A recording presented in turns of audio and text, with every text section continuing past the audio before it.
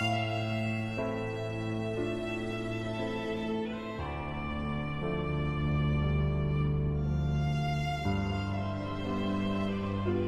chers cadets, celui qui vous parle est l'un des premiers nés du XXe siècle. Il a donc vécu bien longtemps et, comme vous l'imaginez, vu et entendu beaucoup de choses de par le vaste monde. Il ne prétend pas pour autant être un maître en quoi que ce soit. Avant tout, il s'est voulu un éternel chercheur, un éternel élève. Et aujourd'hui encore, sa soif d'apprendre est aussi vive qu'au premier jour. Il a commencé par chercher en lui-même, se donnant beaucoup de peine pour se découvrir et bien se connaître, afin de pouvoir ensuite se reconnaître en son prochain et l'aimer en conséquence. Il souhaiterait que chacun de vous en fasse autant. Après cette quête difficile, il entreprit de nombreux voyages à travers le monde. Afrique, Proche-Orient, Europe, Amérique. En élève sans complexe ni préjugés, il sollicita l'enseignement de tous les maîtres et de tous les sages qu'il lui fut donné de rencontrer. Il se mit docilement à leur écoute. Il enregistra fidèlement leurs dires et analysa objectivement leurs leçons, afin de bien comprendre les différents aspects de leur culture et par là même les raisons de leur comportement. Bref, il s'efforça toujours de comprendre les hommes, car le grand problème de la vie, c'est la mutuelle compréhension. Certes, qu'il s'agisse des individus, des nations, des races ou des cultures, nous sommes tous différents les uns des autres. Mais nous avons tous quelque chose de semblable aussi. Et c'est cela qu'il faut chercher pour pouvoir se reconnaître en l'autre et dialoguer avec lui. Alors nos différences, au lieu de nous séparer, deviendront complémentarité et source d'enrichissement mutuel. De même que la beauté d'un tapis tient à la variété de ses couleurs, la diversité des hommes, des cultures et des civilisations fait la beauté et la richesse du monde. Combien ennuyeux et monotone sera un monde uniforme où tous les hommes, calqués sur un même modèle, penseraient et vivraient de la même façon, n'ayant plus rien à découvrir chez les autres. Comment s'enrichirait-on soi-même?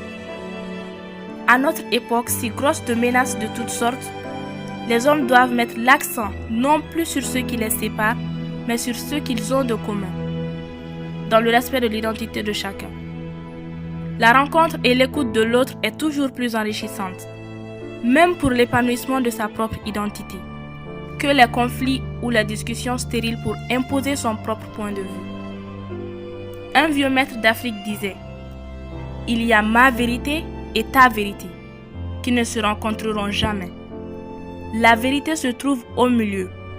Pour s'en approcher, chacun doit se dégager un peu de sa vérité pour faire un pas vers l'autre. » Jeunes gens, derniers nés du XXe siècle, vous vivez à une époque à la fois effrayante par les menaces qu'elle fait peser sur l'humanité et passionnante par les possibilités qu'elle ouvre dans le domaine des connaissances et de la communication entre les hommes. La génération du XXIe siècle connaîtra une fantastique rencontre de races et d'idées. Selon la façon dont elle assimilera ce phénomène, elle assurera sa survie ou provoquera sa destruction par des conflits meurtriers. Dans ce monde moderne, personne ne peut plus se réfugier dans sa tour d'ivoire. Tous les États, qu'ils soient forts ou faibles, riches ou pauvres, sont désormais interdépendants.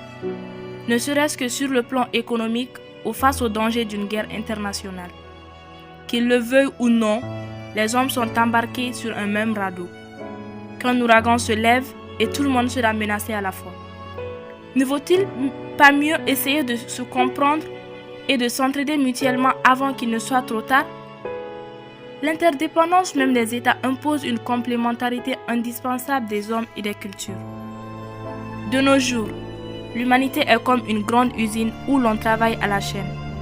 Chaque pièce, petite ou grande, a un rôle défini à jouer qui peut conditionner la bonne marche de toute l'usine. Actuellement, en règle générale, les blocs d'intérêt s'affrontent et se déchirent. Il vous appartiendra peut-être, ô jeunes gens, de faire émerger peu à peu un nouvel état d'esprit, davantage orienté vers la complémentarité et la solidarité, tant individuelle qu'internationale. Ce sera la condition de la paix, sans laquelle il ne saurait y avoir de développement. La civilisation traditionnelle, je parle surtout de l'Afrique, de la savane au sud du Sahara, que je connais plus particulièrement, était avant tout une civilisation de responsabilité et de solidarité à tous les niveaux. En aucun cas, un homme, quel qu'il soit, n'était isolé. Jamais on n'aurait laissé une femme, un enfant, un malade ou un vieillard vivre en marge de la société comme une pièce détachée.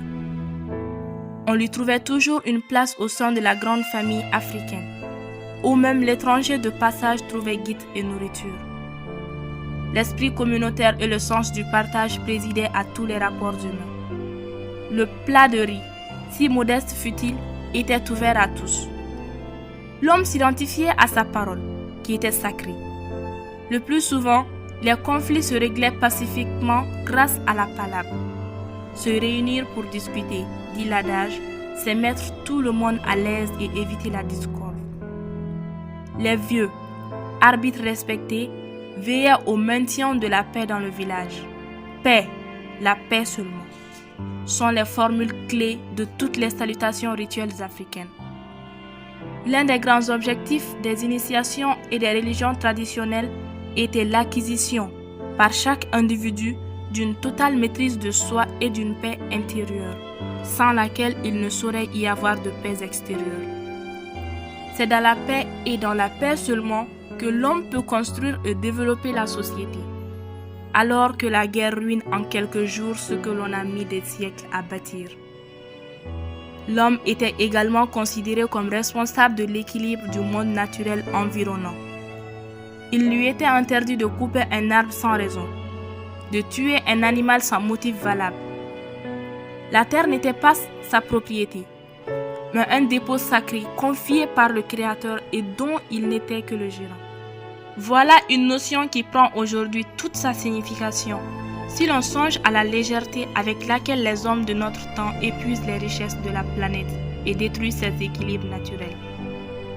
Certes, comme toute société humaine, la société africaine avait aussi ses tares, ses excès et ses faiblesses. C'est à vous, jeunes gens et jeunes filles, adultes de demain, qu'il appartiendra de laisser disparaître d'elles-mêmes les coutumes abusives, tout en changeant les valeurs traditionnelles positives. La vie humaine est comme un grand arbre et chaque génération est comme un jardinier.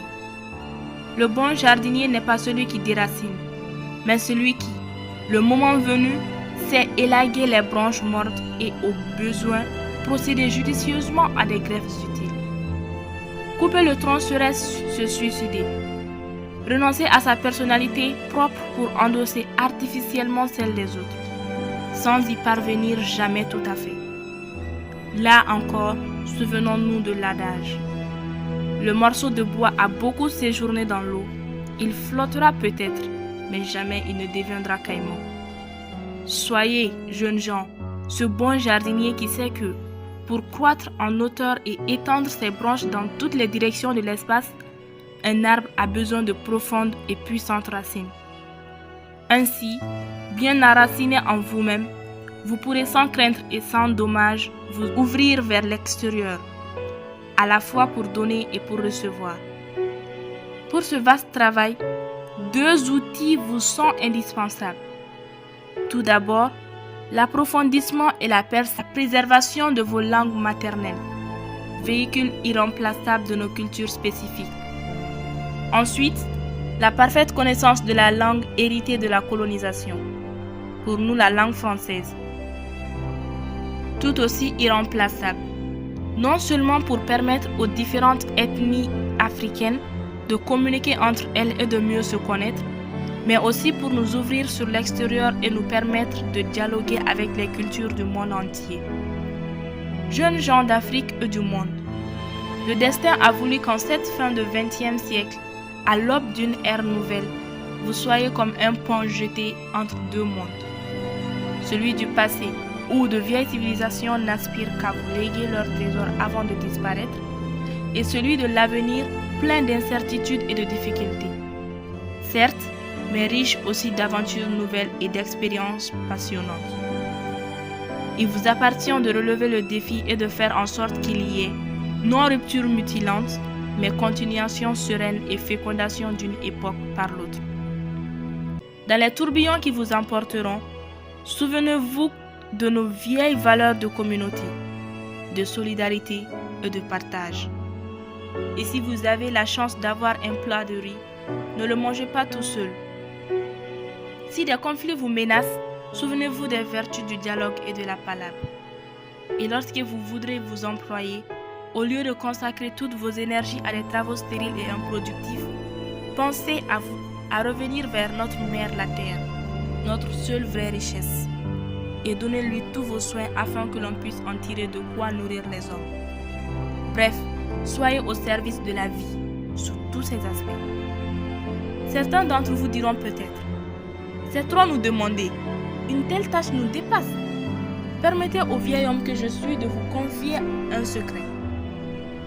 De même qu'il n'y a de petits incendies, tout dépend de la nature du combustible rencontré, il n'y a pas de petit effort. Tout effort compte, et l'on ne sait jamais, au départ, de quelle action apparemment modeste sortira l'événement qui changera la face des choses.